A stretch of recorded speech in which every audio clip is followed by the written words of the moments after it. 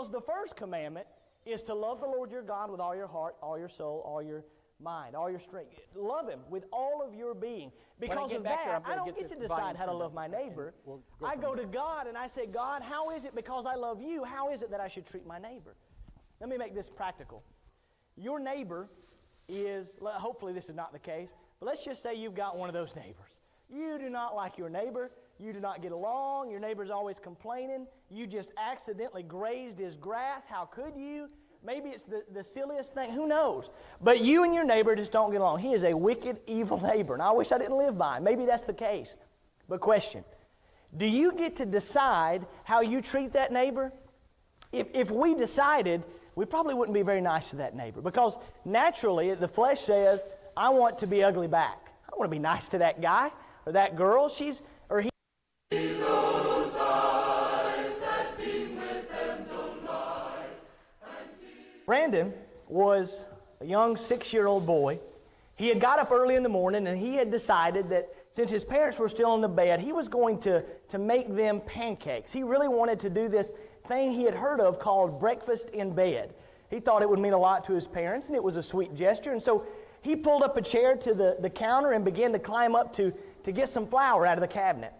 And he reached up and he pulled on the flour and just couldn't quite get the grip he needed, and it fell down and bursted, and flour went on the counter and the floor, and what a mess. But he scrounged up what he thought would be enough to make these pancakes, and he put them in a bowl. Very, very smart. And he remembered that his parents would use milk when they would make breakfast. So he went into the fridge and reached up and grabbed that milk, and he began to try to pour that milk into that bowl, and it was heavy, and some of it went in the bowl, and some of it sloshed over to the side and began to run down the cabinets. And then he remembered eggs. And so he went to go and get some eggs out of the refrigerator, and as he was coming back, their cat had jumped up on the counter and began to drink that milk out of that bowl. And out of reaction, he dropped the eggs and went to get the cat out of the bowl, and the eggs hit the ground, and eggs splattered everywhere. And he began to look at this mess that he had created, and he began to get very nervous because he knew that he was going to be in big trouble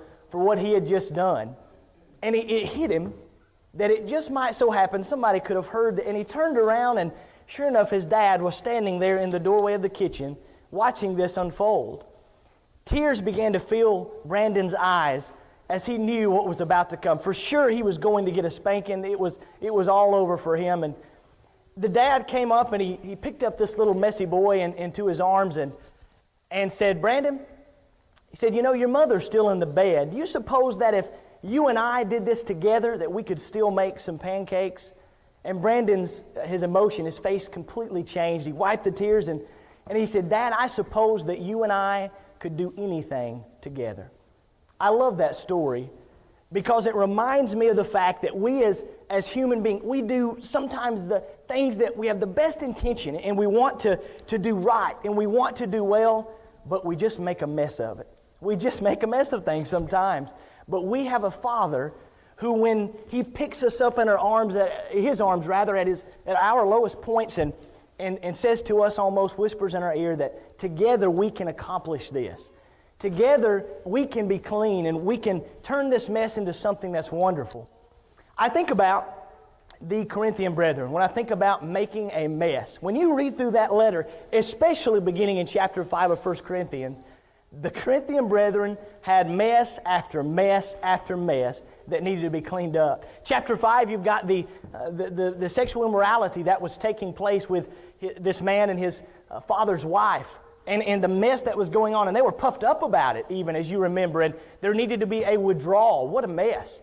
Chapter 6, they're suing one another, taking their own brethren to court before a secular judge. What a mess. Chapter 7, these marriages and these questions, these issues that are arising, and people are leaving and separating, and they're questioning what they should do and how to handle these situations.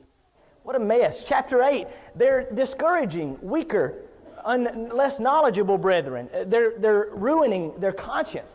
They're negatively affecting them with their poor example, doing things that the weaker brethren, quote unquote, are not comfortable with. What a mess. Chapter 11, they're partaking of the Lord's Supper as if it was just a fellowship meal. Just eating it in their houses. And Paul basically says in verse 22, I don't have anything positive to say about this. Nothing positive to say to you. And then we get to chapters 12, 13, and 14. And by the way, if you'd like to be turning there and you would like an outline of this lesson, that in essence will be that outline, chapters 12, 13, and 14 of 1 Corinthians. But we get there and then we get to the situation where these men, and they're speaking in tongues and they're arrogant about it. They're parading themselves before the congregations. They want to use the tongues whether it's beneficial or not. And so Paul wants to show them a better way. He wants them, in essence, chapter 13 is the foundation of all of this book, because it will solve every mess they had created from chapters 5 on. Every one of them, if they will simply, I say simply, if they will attempt to obey 1 Corinthians chapter 13. In just a moment, I will, of course, meet you there.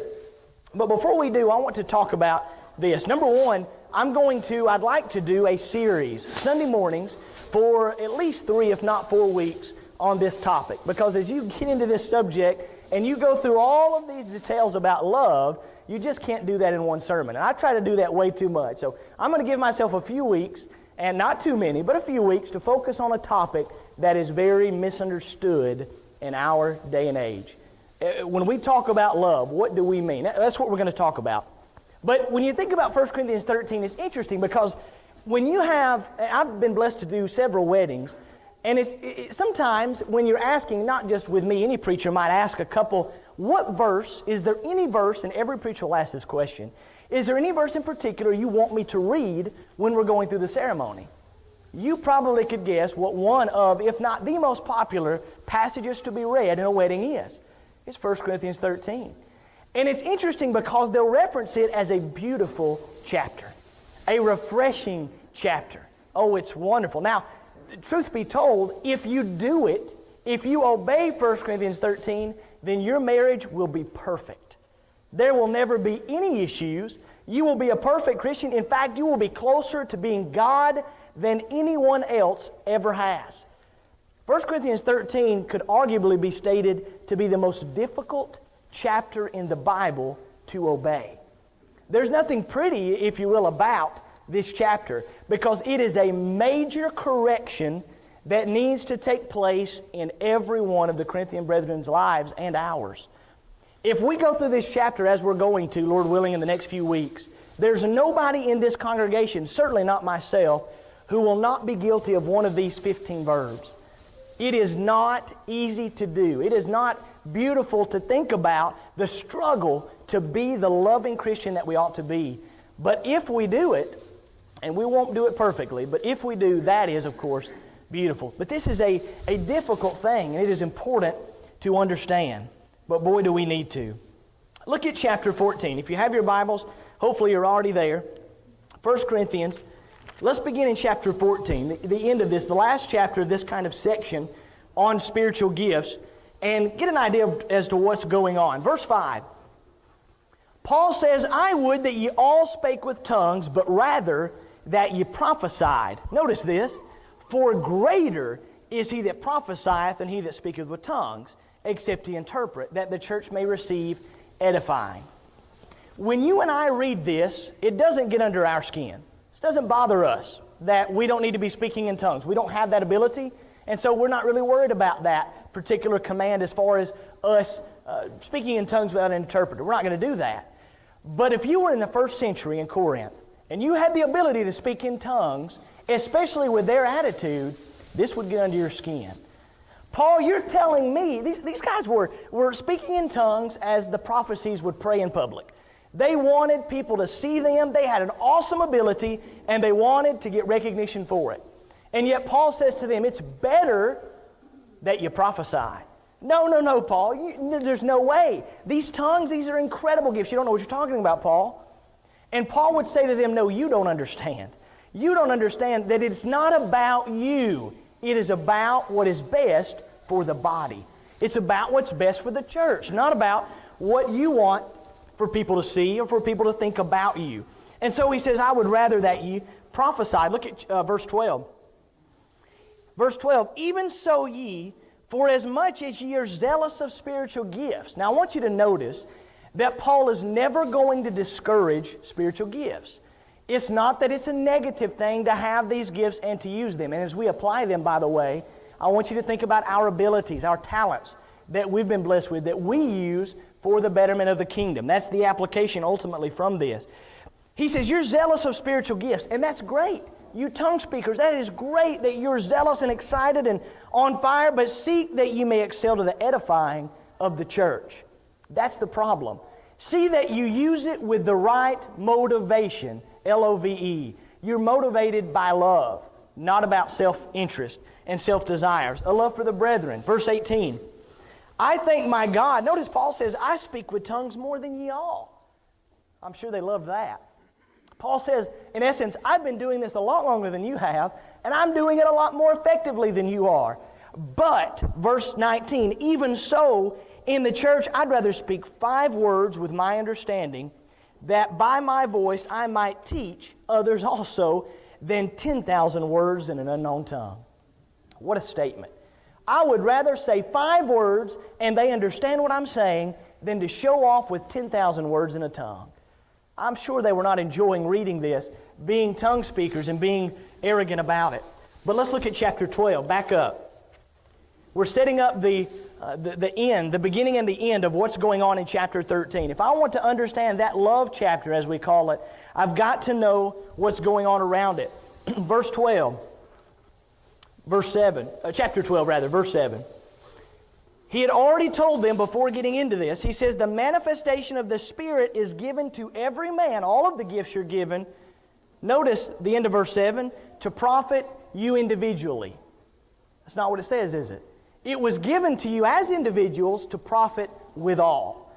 To profit everybody. Same would be true of our talents, our abilities. They're given to us to better and further the entire kingdom, not just our own self-interest. Jump down to verse 21.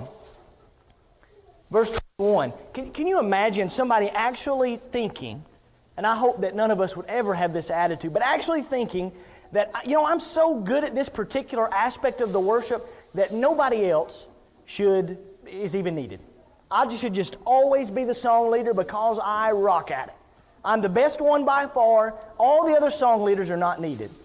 I hope that's not the attitude. I'm so good at leading prayers. All these other guys that are leading prayers, they just don't feel it like I do. It's just not there, right? This attitude. Verse 21, it's like the eye cannot say to the hand, I have no need of thee, nor again the head to the feet, I have no need of you. Can the eye really say to the hand, you're worthless? All this body needs is some eyes. We don't really need a hand. We don't need those other abilities, right? I can take care of everything that needs to get done. We don't need that, right? We know we need the hand. What would we be without the hand? Sure, you've got good eyes, but this hand is going to do a lot. Verse 25 actually, for time's sake. That there be no schism in the body, but that the members should have the same care one for another. The members should have the same care one for another. In our eyes, it ought to be like it is in God's eyes. Every member is just as important as another. From the newest Christian to the longest reigning elder, if I can put it that way, every one of them is just as important as the other in God's eyes. And we've got to view it that way.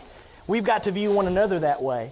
And that's not always easy. And not to mention, we haven't even begun to discuss what it even means to love one another, but we will, Lord willing. Verse 31. One more piece of introduction here. Verse 31. I want you to notice the bookends of chapter 13. Chapter 12, verse 31, the last verse of chapter 12, and verse 1 of chapter 14. The men who divided this up did a great job in this particular section. The bookend, the beginning, on the left side, if you're picturing this case, says this, but covet, this is chapter 12, 31, but covet earnestly the best gifts, and yet I show unto you a more excellent. Paul's not saying here, don't use your spiritual gifts, don't use your talents, they're not neat. That's not what he's saying. Covet those gifts, use them, but I'm going to show you a better motive, a better motivation, a better way to use those gifts that will make them much more effective. You're using your talents in the church, that's wonderful. But Paul says, let me show you a better way to use them. In fact, he would have been accurate to say the only effective way to use them, as he will in a moment. Chapter 14 and verse 1, he ends it describing this whole chapter to us, and all that we're going to note shortly. Chapter 14, verse 1, follow, pursue after love, after charity, and desire spiritual gifts. Again, there it is. Desire them, but rather that you may prophesy, because that's what's going to edify. So pursue it. You remember being in school, guys especially, and you had that sweetheart that you just had your eyes on, and you pursued her. You did all that you could to win her over. He says, pursue. Ladies, you did the same thing. Maybe there was that. Pursue love, right? Embody love. Take hold of love. Chase after it. Make it at the forefront of your mind always. Now, I want to pause another moment here to introduce another thought that I think is very significant. God is not and was not ashamed to give a ranking system, if I may put it that way, to love. That, believe it or not, there is a command that God says is more important than any other. Right? When we think of sin, it doesn't work that way. Sin is sin. There's willful and unwillful sin, but as far as the sin itself, whether you're telling a lie or murdering, it's all the same in God's eyes. But that is not true of one command on the positive side. There's one thing that God says, if you will embody this, in essence, the rest is going to fall into place. There's one command that is above all. 1 John, for example, 4 or 5 verses I'll give you and we'll move on. 1 John 4 and verse 8. Right? He that loveth not knoweth not God. For God is, literally the embodiment of, He is, God equals love. He that loveth not knoweth not God. Question. And of course don't answer out loud, but thinking in your own minds. How important is love? It is as important as it is to know God. If it is important to know God, and that is the most important thing in this world, is to know God and His will, and if that's the case, then that is the equivalent to how important it is to love. Because God is love. Knowing love is knowing God. I'm so sorry. Let me move this over. I know that's distracting. I don't know if that'll be any better or not, but God is love. That's what He is. So to know love is to know God. To not know love, to not be motivated by love, is to not know Him. Turn with me, put your marker, and I'll do the same, in 1 Corinthians 13, and go with me to Matthew 22. You're very familiar with this passage, but I want you to look at it in a way that maybe you haven't, at least not recently. Matthew 22, beginning in verse 36. Matthew 22, beginning in verse 36. This is when the lawyer asks Jesus. He's a lawyer. He's interested in law. And so he asks the question, Master, which is the great commandment in the law? What's the greatest commandment? If you had to pick one to prioritize it above all, without any hesitation, Jesus says to him, Thou shalt love the Lord thy God with all thy heart, with all thy soul, and with all thy mind. This is the first and great commandment. Sometimes we call it the greatest command. He literally means what you think He means when He makes that statement. It's not first in the sense of it came before the other commands. It is ranked above all. It is God's number one, the most important commandment is to love the Lord. Everything else comes from that. Everything else that you obey, that you do, comes from, is seeded from, in a sense, loving God. In fact, He says, I'll just go ahead and give you a second command to show you. Look at verse 39. The second, even being likened to it, He says, Thou shalt love thy neighbor as thyself. On these two commandments hang all the law and the prophets. Love your neighbor as yourself. Now, do I get to choose how to love my neighbor as myself? Do I get to decide what that means? No. Because the first commandment is to love the Lord your God with all your heart, all your soul, all your mind, all your strength. Love Him with all of your being. Because of that, I don't get to decide how to love my neighbor. I go to God and I say, God, how is it because I love you, how is it that I should treat my neighbor? Let me make this practical. Your neighbor is, hopefully this is not the case, but let's just say you've got one of those neighbors. You do not like your neighbor. You do not get along. Your neighbor's always complaining. You just accidentally grazed his grass. How could you? Maybe it's the silliest thing. Who knows? But you and your neighbor just don't get along. He is a wicked, evil neighbor. And I wish I didn't live by him. Maybe that's the case. But question, do you get to decide how you treat that neighbor? If we decided, we probably wouldn't be very nice to that neighbor, because naturally the flesh says, I want to be ugly back. I don't want to be nice to that guy or that girl. He is very rude to me on a constant basis. Here's the point. We don't treat people the way we do because of who they are. We treat people the way we do because that's the point here in Matthew 22. Love your neighbor as yourself. I don't dictate that. I go to my neighbor and I don't treat them the way that I do because of who they are, but because of who he or she is. If I did, I wouldn't be very nice because they're not nice. But I treat them the way I do, hopefully in a loving way, because I go to God and I say, God, how do you want me to treat my neighbor? He says, I want you to love him. I want you to do good to him. I want you to be kind to him, to be merciful, to be forgiving. And we would say, God, that's not natural. That's not what I would want to do. But if you love me, God would say, then that's what you're going to do. Everything flows from the greatest, the most important command. A couple more verses, and I'll go through this a little quicker. Galatians 5:22, the fruit of the Spirit. An apple tree produces apples. An orange tree produces oranges. A fruit of the Spirit, or a spirit tree, if we might call it that, if that is in our lives, what we're embodying, that fruit produces the first one in that list, love. Love, joy, peace, patience, kindness, goodness, faithfulness, gentleness, and self-control. But the first one mentioned, and not by accident, is love. Sometimes think about those other fruits of the Spirit or parts of that fruit, right? And think about the fact that all of them are going to take care of themselves if we've got that first one. Joy, peace, they'll be there if we really embody that first one. And we'll see why a little bit later. Colossians 3, beginning in verse 12. He's just got done in chapter 2 talking about putting on Christ, having the remission of sin, spiritual circumcision. And in chapter 3, he talks about what you should put off as well. Put off these things, but when you get to verse 12, he says, put on tender mercies. Put on kindness, even forgiveness. But then he says in verse 14, above all these things, above them all, put on love. God, you're telling me that there is something greater than forgiveness?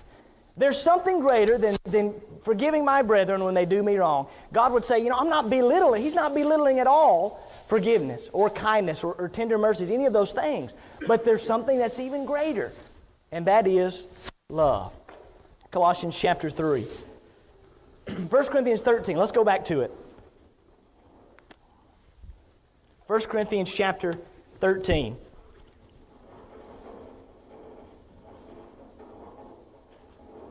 I'm telling you what, that thing is sensitive. 1 Corinthians 13, I'm trying to clear it up. I just can't do it. Verse 13, you remember the passage. Now abideth faith, hope, and love, but the greatest of these is love. Paul says the very thing in chapter 13. We call it the love chapter, and naturally he mentions that the greatest is love. Faith is important. Without faith, it's impossible to please God. Hebrews 11:6. Without hope, Romans 8:24, there's no salvation. But love is still greater. That's so interesting. It's so intriguing to me. And in chapter 16, if you want to notice, if you want to take note of it very quickly there, chapter 16, verse 13 and 14, where he talks about, quit ye like men, be strong, stand fast in the faith. But again, above all, love. Put on charity. Put on love. That's the most important. All right, let me go to chapter 13, verse 1. Let's get into it for a moment. I'm going to skip this part here. This is just kind of an outline, but it's not near as important as using my time in verses 1 through 3. Let's jump right to it. Verses 1 through 3. And the lesson will be yours. Though I speak with the tongues of men and of angels and have not love, I am become as sounding brass or a tinkling cymbal. I remember being in middle school. I believe it was sixth grade, and I decided, for whatever reason, I was going to be a trumpet player. And I took that trumpet home, bless my parents' hearts, and I played. We had a very little small house at the time, and I picked that thing up, and for some reason, I could make a sound on it. It was kind of neat. It didn't sound good, but unfortunately for my parents, it did come out as a sound. And probably within 12 seconds, they said to me, you're going to have to do that outside. And so I went outside. It was terrible. You can't even imagine. I went outside, no joke, probably 200 yards or so away. We had a barn with some mules. And I began to make noise on that instrument, and all of those mules began to bray. Every time that I would go out there and play, those mules would bray. That's not a good sign. If you've heard a professional trumpet player, it doesn't sound like a mule braying, but I was speaking their language. What's the point? Paul says, you can speak with tongues, and he says, I'll one-up you. You can speak with the tongues of angels, which nobody's ever done, at least not recorded. He says, even if you could speak with the tongues of angels, if you don't do it with love, he says, you are that braying mule, as I would put it. You're that sounding trumpet, a sounding brass, or just the bang of a cymbal. Absolutely for nothing. Verse 2 here. Keep going with me. Verse 2, very quickly. And though I have the gift of prophecy, understanding all mysteries and all knowledge, and have faith that could move mountains, and have not love, I am nothing. You think of a man who has the gift of prophecy. Wouldn't that be neat to have the gift of prophecy? You'd ask me, Dalton, where'd you get the idea for your sermon? It just came to me. I was standing up here and it just came. Study hard this week? Nope. No, I didn't. What an incredible, I guess any preacher would love to have that gift of prophecy. But let's say you have a man that does right now, not me, but let's say he was right here. He had the gift of prophecy. He had knowledge, all knowledge. He knew all the mysteries. All the mysteries. I wish we could talk about that. We don't have time. All the mysteries of the Bible. Any questions you have, he knows it. Let's say, and nobody ever did, by the way, in the first century, but Paul says even if you did have a man like this, and he had a faith that could make, let's pretend there was a mountain right here, that just could move it out of the way. We saw the Smoky Mountains. Let's say he could move the Smoky Mountains. That would be an incredible man. We would think to ourselves, this has got to be the godliest man of all time. But God says if he doesn't have love, he's nothing. We would think he was incredible, but in God's eyes, he would be nothing. Are you beginning to see the importance of being motivated by love? Last verse, verse 3. Though I bestow all goods to feed the poor, and though I give my body to be burned and have not love, it profits me nothing. We have a giving. Let's say we have a giving today, and you are asked to give everything that you have, save the clothes on your back. We'll make an exception to this. You get to keep your clothes on your back. Other than that, you give everything that you have. You don't have a house to go home to. You have no vehicle to drive home. You've given it all up. What a godly person, right? I mean, you just gave everything. That would be instant heaven, wouldn't it? God says if you didn't do that out of love, you wasted your time. You mean to tell me a person can give everything they have and it be for naught? Absolutely. And then he says this, and no doubt culminating and summing up and making the point clearer than he already has. You can be a martyr. You can burn at the stake and not deny Christ and still be lost for eternity. I mean, surely we would think to ourselves, if I don't deny Christ and I burn alive for His cause, I'll be instantly in heaven, right? Not if you don't do that for love. I don't know why else you would do that, but Paul says if you did it for any other reason other than love, you would have wasted your time. There is nothing more important than using our gifts, using our abilities and talents, and doing so in love. Doing it for the right reason. Let me jump ahead here. I got behind on my PowerPoint. I apologize to Glenn back there, but I'm probably giving him a hard time. But he takes care of all this for us online. This is the conclusion of this lesson, and I'll hush. Life minus love. Simple math. Life minus love equals nothing. Zero. That's the point of this introduction. If you don't have this love that we're going to talk about next week, Lord willing, as to what exactly that love is and how to have it, because I don't know about you, in doing this study and thinking about this, I want to know what true biblical love is, because if I don't embody it, then I have nothing. So very important. I hope that you'll be thinking about being and having this love this week, and we'll talk about it more next week. Maybe it is that you're here this morning and you've not loved as you should. You haven't. I'm not talking about a feel-good kind. I'm talking about being to others as Christ was to others. I'm talking about being a servant, talking about making sacrifices, denying self, not promoting and showing off how good I am at what I do, but doing things because I love the Lord. And everything else I do, every relationship I have in the workplace, every phone call I make to those folks that charged me when they shouldn't have, Every conversation I have, everything that I do, motivated by Jesus' love. That's what it's all. Maybe I haven't done that. Maybe I need to make that correction in my life to do better. Maybe it is that you would like us to pray with you and for you. We'd love to do so and encourage you. Maybe you, like Miss Burke last week, maybe you recognize that you're missing something. You need to be baptized into Christ for the remission of your sins. We would love to assist you in that this morning. You're eligible to do that if you believe, if you have that faith that Jesus is the Son of God, that He came to this earth and died for you.